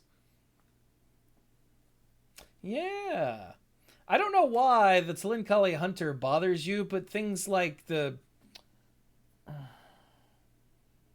Black Praetor, or things that are obviously, big-ass insects with, like, women growing out of them. But because it's a scorpion, you're like, no. Not doing it. I don't understand. Everybody's got their thing, man. You don't like spiders. He doesn't even have, like, the scorpion, like, claws in the front. He's got weird legs. I guess his arms are the scorpion claws, and he's got a big-ass axe thing, which is probably worse than scorpion claws. Also, is that a horn? That's his helmet, right? With a horn coming out of the top? I legit can't tell what I'm looking at. Yeah, I don't know what it is. I have to see it for real up close. Yeah. Oh, it's exactly the same shape as the stinger. Brian, you're safe, because the stinger is curved so much that it can't actually sting you unless you're behind it. Good to know. What? Has its tail stinger evolved into a blade? Is that what I'm so confused by the anatomy of this thing. Now I see a goofy face with googly eyes in his, like, shoulder armor.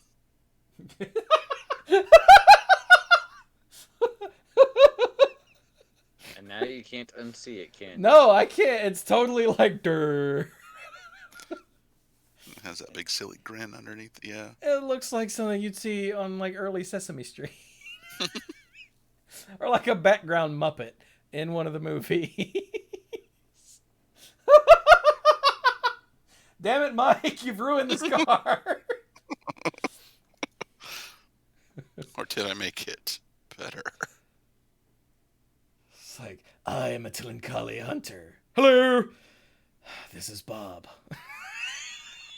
We don't talk about Bob. I was like, what are we doing over here? Shut up, Bob. I'm trying to be intimidating. Okay, anyway. I just had way too much fun with that. Oh, God. Okay, the most Mike card black market connections. Is that black? If it's the most Yeah, Mike it's one card. of the new ones. So it's an enchantment that costs 2 and a black. At the beginning of your pre-combat main phase, choose one or more. There are 3 options. The first option is sell contraband. Create a treasure token, you lose 1 life. Option number 2, buy information. Draw a card, you lose 2 life. Option number 3, hire a mercenary. Create a 3/2 colorless shapeshifter creature token with changeling, you lose 3 life. Huh, so for 6 life a turn, you could get a 3/2 and a card and a treasure? Yeah. I don't know if that's worth 6 life. Like, Not every turn. not every turn. You must choose at least one, though. Yeah, Yes. you have to one. And depending on, circumstances, they're all good. Yeah. But the fact that you can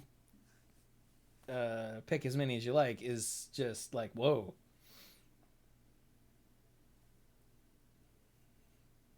It trips me out, though, that there's a card called Black Market Connections, and there's also Black Market down here in the... I guess I don't know that they're in the same deck. We could check real quick. Which one is it? No, that's red-blue. Scroll. Mind Flayers has... Oh, for God's sake. Control F, Black Market. They're not in the same deck. Okay. One is in Party Time. Black Market Connections is in Party Time, and Black Market is in Mind Flayer. Okay. I had a feeling that since Black Market Connections made that changeling shapeshifter, that it was probably in the Party Time. Ah, good point. Yeah. Yeah. This is totally a card that will maybe not kill Mike, but will directly contribute to his death. Oh, yes. Unless we're like, oh, he's at 1? All right, don't kill him. It'll be funny.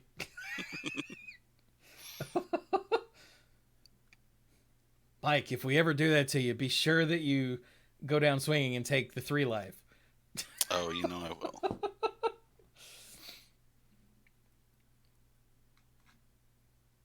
Good. Chifuji is just calling out all of the cards. He's like, read all the cards. Well, I'm gonna go and head out. If you guys want to keep going, that's fine. I've got a long day tomorrow, and I was very glad to do this, but I'm gonna go and go. So, everybody have a wonderful night and talk about all the cards that Chifuji wants you to talk about, and stay up for the next 3 hours. Love you, Chifuji. Final thoughts. Man, these are weird times.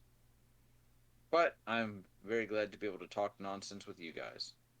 So, everybody stay healthy and safe and all that good stuff. Okay, bye. Oh, night, B. All right, good night. All right. That was I'm also weird. gonna While have to Brian was bounce. getting all heavy, like, I started dropping frames, something fierce. It's a good thing we're looking at a static image here, or else that would have been awful. Mm-hmm. So, Dirk, what were Yeah. you just saying? You leaving too? I said I was going to need to head out here soon, too. Well, My fair final enough. thoughts. There's a lot of really cool stuff. I have enjoyed going through and reading it. I will say, I did not realize this was going to be so dragon heavy as a set. What, the Dungeons and Dragons thing? Well, you know, I'm like, okay, well, dragons usually are used sparingly, even, you know, like even in Dungeons and Dragons, you know, they're kind of like these big creatures that have a somewhat of an impact on the story, and they kind of, you know, drive you towards you know, making hard decisions. And in this is like, it feels like about what, a quarter of the cards almost in this are dragon or dragon related cards. So Well, it's one of just the now in the precons, one of them is a dragon deck. So that might be why. If you're talking about the precon list, I haven't looked at the. oh no, I'm just talking whole about from set. the card image gallery. Yeah, and in the set there also are common and uncommon dragons. They put them all up and down the range. Oh, that's cool. Because there's, you know, there's dragonborn. Like again, the swashbuckling extraordinaire is a dragon rogue warrior.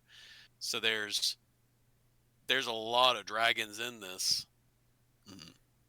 So like I said, it's just kind of funny that dragons feature so heavily in this set. So, Yeah. In the set there are gem dragons with that also have adventures, so that's pretty cool. Oh yeah. well, and that is my final thought. And with that, I am gonna head on to bed, guys.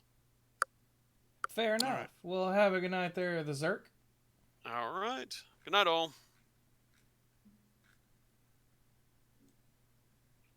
Well, now I'm just sad. Yeah. Now I'm just stuck with the beardy man, the incredibly sexy beardy man. By the way, chat, can you handle how sexy Mike is? This was a question from the odds and ends. I need to get a current picture of Mike and post it with a poll that says, "Can you handle how sexy Mike is?" But Mike only sometimes appears on film or in pictures, so it's hard to do that. Yes. It's mostly because only sometimes is a camera ever pointed at me. So that's the main reason. See? Oh, look, immediately there's two I cannot in the chat. So I told you it wasn't just me.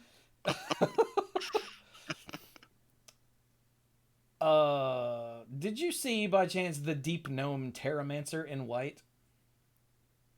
In the precons?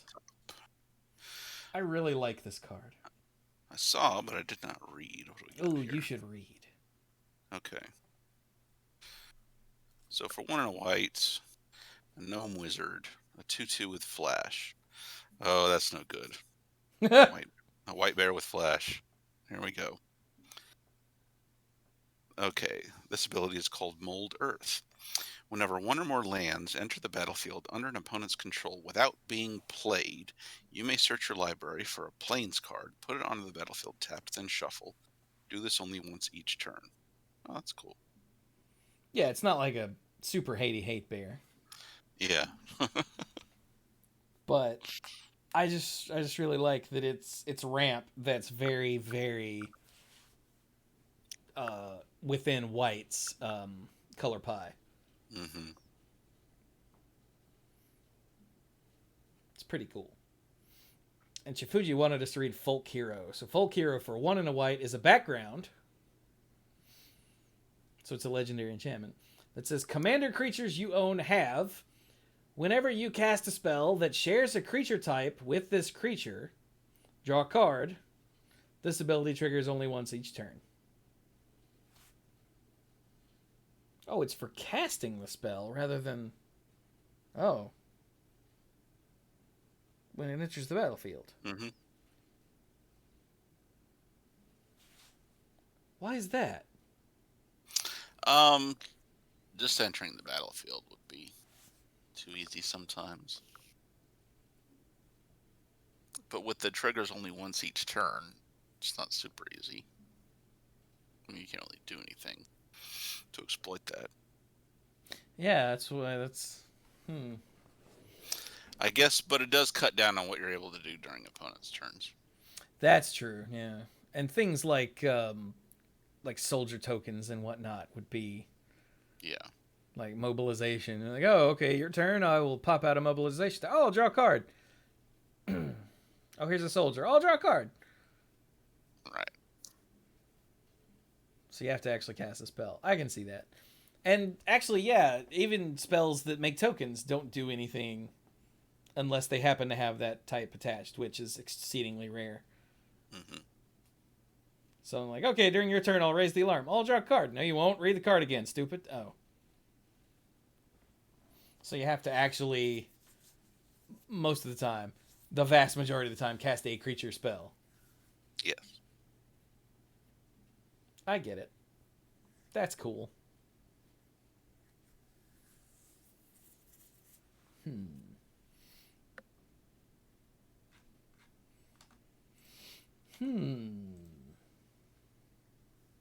Plus, there's another flare in blue.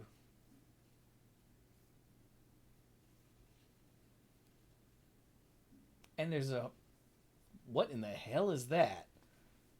Okay, hey Mike, you want to read the fish horror or the flare? I'll read the Aboleth spawn. Okay. So the Aboleth spawn is for 2 and a blue. It's a 2/3 fish horror with flash and ward 2. So as a reminder, ward means whenever one of your opponents targets this with a spell, they have to pay the ward cost Or ability. Or ability, you're right. Spell or ability. They have to pay the ward cost or that spell or ability is countered. Hey Mike, you're trailing off again. Enunciate. I'm trying. So this ability is called Probing Telepathy. Whenever a creature entering the battlefield under an opponent's control causes a triggered ability of that creature to trigger, you may copy that ability, and you may choose new targets for the copy. This is so insanely narrow, and yet still ridiculous because creatures with enters the battlefield triggers are not narrow at all. Like, they're everywhere. Yeah, everywhere. So it feels super narrow, even though it is not. Mm-hmm. And I really like it. Plus, if they want to, damn it, stop that and get rid of it, it's going to cost them 2 extra mana. Yeah. Yeah. And then the other flare is Zelix Sanity Flare. That seems kind of redundant. But alright. Who is another 2/3 for 2 and a blue. That's weird. It's a legendary horror, though. It has choose a background. And it has the ability Hive Mind. Whenever a player mills 1 or more creature cards, you create a 1/1 black horror creature token. And then for 1 and tap, target player mills 3 cards.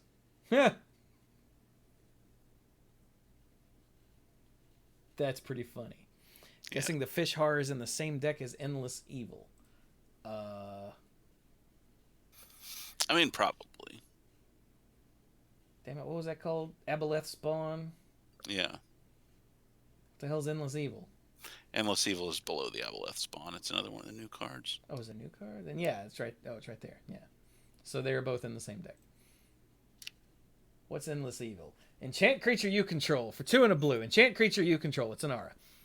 At the beginning of your upkeep, create a token that's a copy of enchanted creature, except the token is 1/1. Oh. When enchanted creature dies, if that creature was a horror, return Endless Evil to its owner's hand. Oh.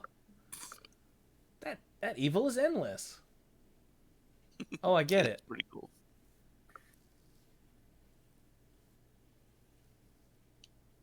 Oh, that's nasty.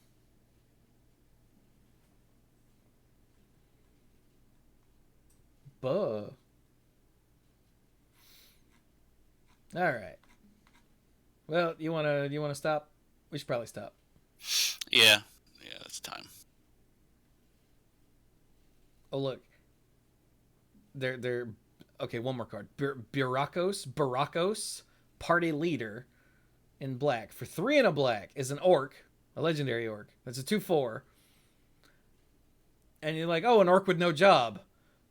That's racist. But no, Burakos party leader is also a cleric, rogue, warrior, and wizard. But that's too much to put on the type line. So it's an ability. And whenever Burakos attacks, defending player loses X life, and you create X treasure tokens where X is the number of creatures in your party, and it has to choose a background. Huh. That's actually really cool. Yeah, it is. Freaking orcs with no jobs. Nope, it's an orc with all the jobs.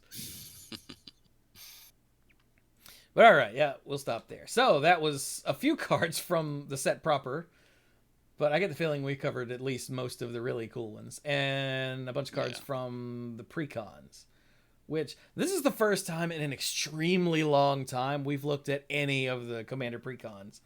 Yeah, Usually after like 3 weeks of previews, we don't care anymore. Yeah, we're just done. So yeah. And it's not even that the previews are revealed over 3 weeks. It's just how long it takes us to get through all the cool stuff. Because, we're bad at this game. But all right then. So, I guess that'll be that. Hey, Mike, you want to... You know what? No, you don't. Well, good. Yeah, you don't get to. Because I got to... Working on it. Hang on. Here we go. So, hey, you can go to patreon.com/themanapool if you would like to support the show and all of the other stuff that I do. The YouTube videos and the streaming and whatnot. Ow, in the back pain. Oh, what have I done? Whew. So, yeah, patreon.com/themanapool. You can become a mythic lifeguard. Oh! You can get stuff early. I'm thinking of retooling how the Patreon works again. So I'll probably be in the Discord asking about that soon. But you can get stuff early. You can get the odds and ends, which are the stuff recorded before and after. Wow. I almost went into the full, both Monday Night Magic and the Mana Pool, that was just automatic for so many years. Which, I mean, you can. It's the Monday Night Magic stuff is still there. But I'm getting much better.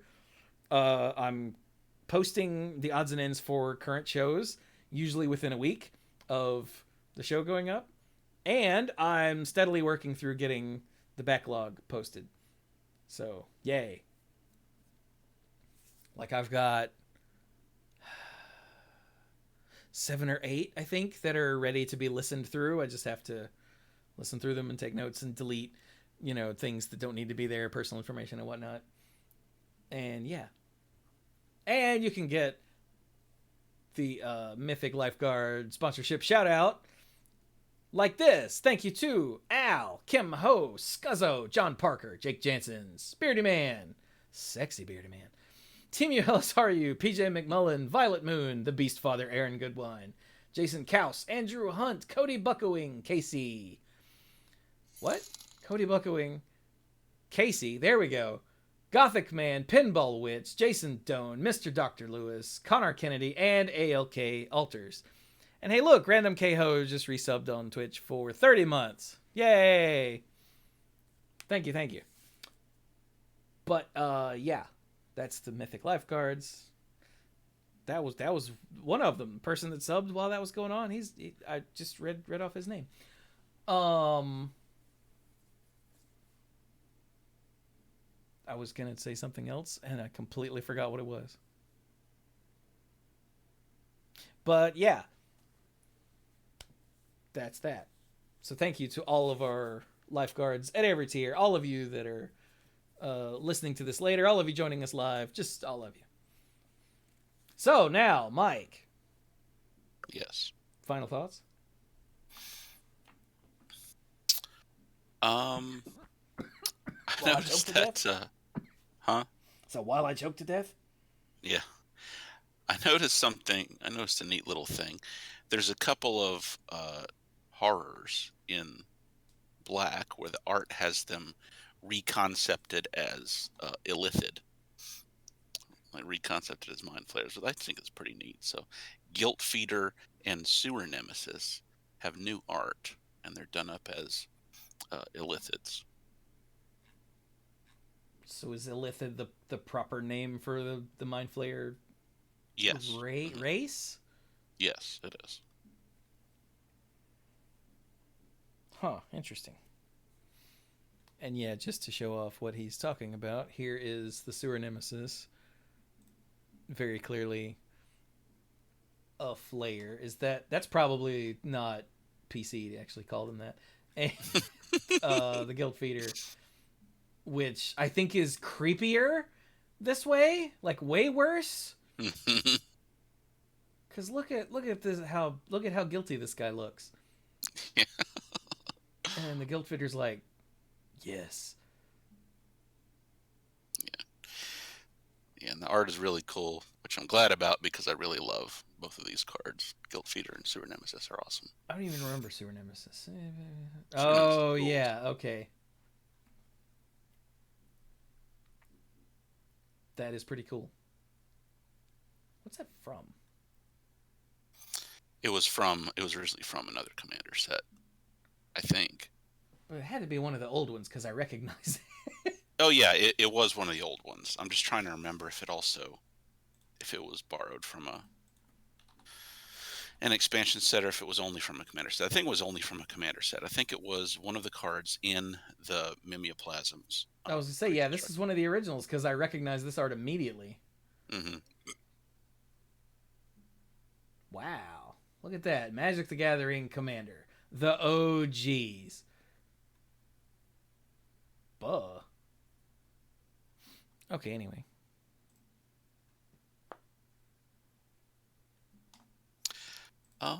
Yeah, that's my final thought for now. I'll leave it there. Fair enough. Illithids. Let's see here.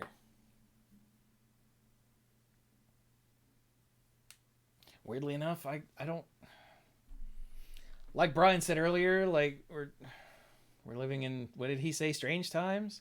I don't remember what he said, but seems like everything is awful all the time.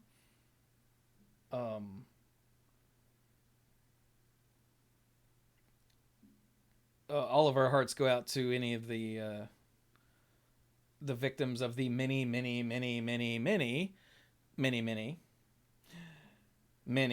mass shootings that have happened in this godforsaken country. Forever, but more specifically, just the last 2 weeks or so, there have been over 20. And yeah, I love living in this place where that's a thing that happens all the time that doesn't happen anywhere else, and we're doing almost nothing to fix it. While somebody was reading a card I had already read, I opened up my phone earlier and I saw that the president actually, in a speech tonight, he introduced a gun control proposal that is way better than anything that Congress is currently working on, which means it will do literally nothing and go nowhere. Because a large percentage of this country seems to value their hobby/fetish over, the lives of children and innocent people. So, yeah. Also, on a happier note, hey, it's Pride Month now. So, I have no follow-up to that. I just, hey, let's not talk about all of the dead people and talk about something else. So I didn't really have a follow-up, but... Yeah. Now all the big corporations can pretend to be gay for a month. Yeah, and whatnot. I actually thought yesterday, you know what, I should make a rainbow Maniple logo for this month, and then I went, oh, that's so cheesy, because then I'm just contributing to the rainbow capitalism. But then I saw a post that someone shared on Facebook, and I don't remember the exact words because I couldn't remember who shared it, so I couldn't find it again. But it said something like, seeing, even though we know it's, rainbow capitalism nonsense, seeing all of the rainbow things everywhere makes me feel okay about being myself. And I went, oh, that's so nice. Yeah, that is good to hear. So I haven't done it today because yesterday was the first and I was not in the house all day. And then today I just didn't get back here to the computer, honestly. But yeah, I'll be making just because of that one post, I will be making a rainbow Maniple logo for the month because I really want we try to let people know that all members of all of everybody, except for Nazis, are welcome here. Right. And yeah, we love you all. And our community is small and broken. But wait, what is it that Stitch says? Our family is small and broken but good. That's us. But our community has lots of members of the LGBTQ plus community of all of those letters, several of those letters, in fact, at the same time. And just because we are 4 straight white guys, we definitely don't want anyone to ever feel like they can't be who they are in our community. Like, right. Everyone is always welcome all the time, except for Nazis. So, and the Nazi adjacent, So yeah, that'll be a thing that I do.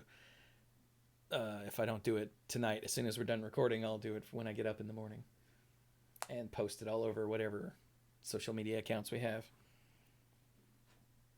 Because like I said, I am supportive of all of you in, like, I don't have extra money to give to anything, but I try to make my corner of the internet a safe place,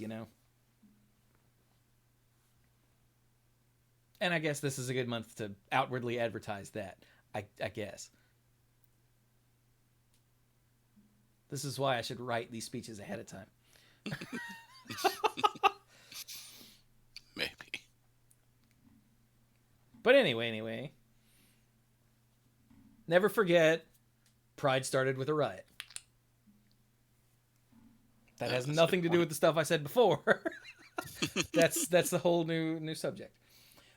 But anyway, please don't come into my community and riot. That's not cool. Unless a Nazi shows up, then riot on them. Anyway, I'm going to shut up now. So, I mean, they kind of started it just by being there. That is true, yeah. If there are Nazis present and and you don't riot, that's a choice. That's a tacit endorsement. So, punch Nazis. That's what I'm saying. One of my favorite things to watch on a loop is that time that Richard Spencer got punched. That's just the funniest thing I've ever seen. It is pretty fun. And then the dude in, I think it's like a convenience store.